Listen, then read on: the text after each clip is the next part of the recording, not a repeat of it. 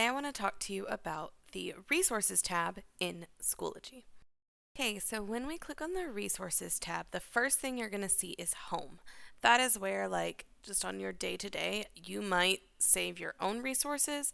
Think of it as a Google Drive folder or OneDrive folder, something like that. It is just a place for you to hold your files. One of my favorite things to do is to create a rubric in this folder, and then I can use that from year to year. You can also create any of the other things you might create in a course, because in your resources, this is just where you create things that you would want to copy then later to other courses. You may also notice that in this folder, things do not go away at the end of the school year.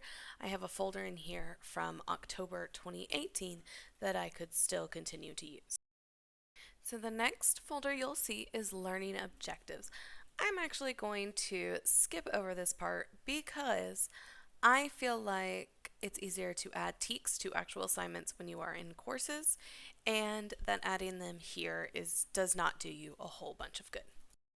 So next up you have the collections you've created. To create your own collection, you go to the little box with the green plus mark to the right of My Resources, click Add a Collection, and give it a title. You can also reorder by clicking and dragging those little blue arrows that pop up when you select to reorder your collections. So now you'll see all of my collections I have. You'll notice it's kind of a lot like a Google Drive folder where you can create these folders and share them with whomever you want. So I have a 5th grade resources folder that our entire 5th grade team shares that we can all add stuff into. I also have a TPSP resources folder that my 5th grade team worked on.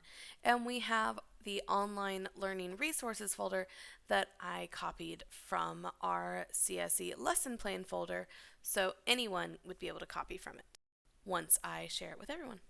So in your resources, you also have a few other sections, such as your public resources, which a lot of people in Schoology have made public some stuff that they've created.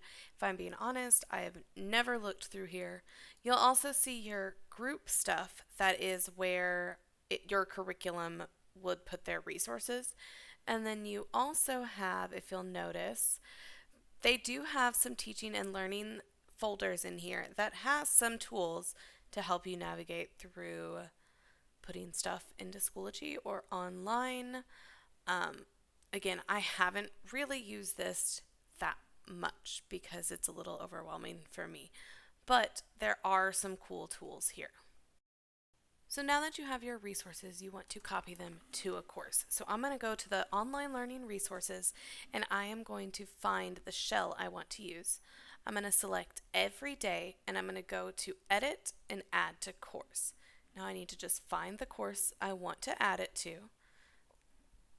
Click on it and you'll see all of the resources that are going to be copied over.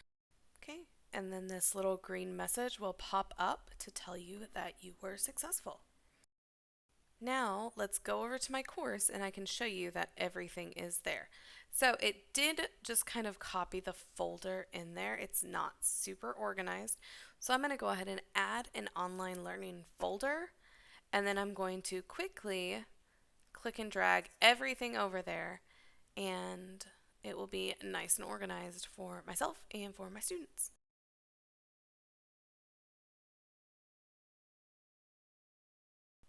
Now that I put everything into one folder, I will be able to have my students only click on the online learning folder, and then they only have to click on the day that they are on.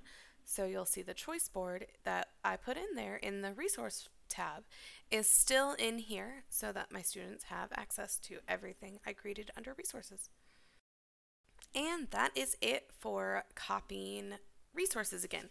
So I hope this helps you as we are making the transition to online learning, and let me know if there's anything you want to see next. Have a great day.